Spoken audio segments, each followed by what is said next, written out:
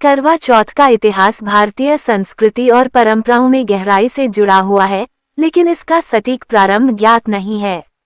ये त्योहार मुख्य रूप से उत्तर भारत के राज्यों में मनाया जाता है और वैवाहिक जीवन में पत्नी द्वारा पति की दीर्घायु और सुरक्षा की कामना के लिए रखा जाता है। इसके पीछे कई लोक कथाएं और पौराणिक कहानियां प्रचलित हैं, जो इस त्योहार के महत्व को दर्शाती हैं। ऐतिहासिक पृष्ठभूमि: करवा चौथ को एक प्राचीन त्योहार माना जाता है, जो संभवतः वैदिक काल से चला आ रहा है।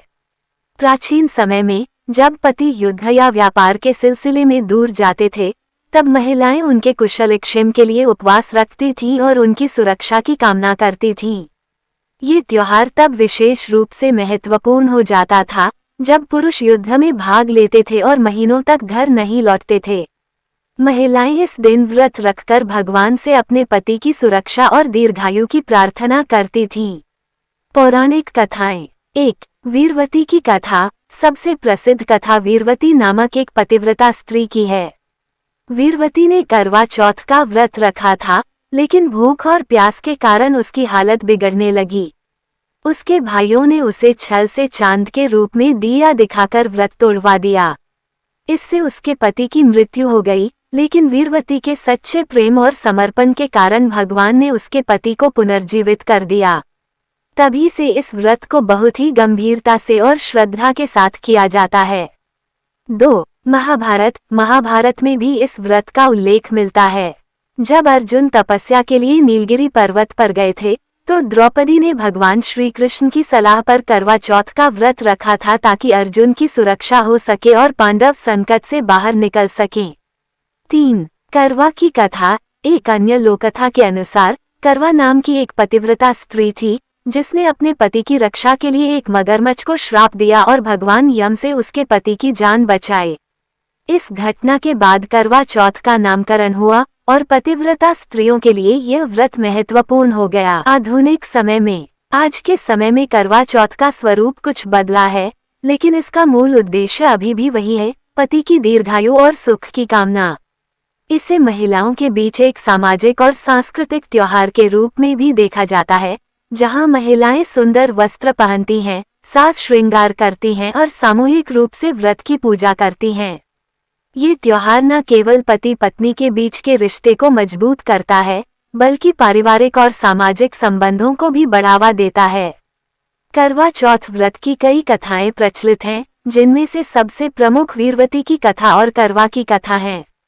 इन कथाओं को करवा चौथ के दिन व्रत रखने वाली महिलाएं सुनती हैं, जो इस व्रत के महत्व और शक्ति को दर्शाती हैं। आइए दोनों प्रमुख कथाओं को विस्तार से जानें। 1. वीरवती की कथा। वीरवती एक अत्यंत सुंदर और पतिव्रता स्त्री थी, जो 7 भाइयों की अकेली बहन थी। उसने अपने पहले करवा चौथ के व्रत के दौरान निर्जला उपवास रखा। दिन भर भूखी प्यासी रहने के कारण उसकी हालत बहुत खराब हो गई। वीरवती की हालत देखकर उसके भाइयों को बहुत चिंता हुई। भाइयों ने उसे समझाने का बहुत प्रयास किया, लेकिन वह व्रत तोड़ने के लिए तैयार नहीं हुई। तब भाइयों ने एक योजना बनाई।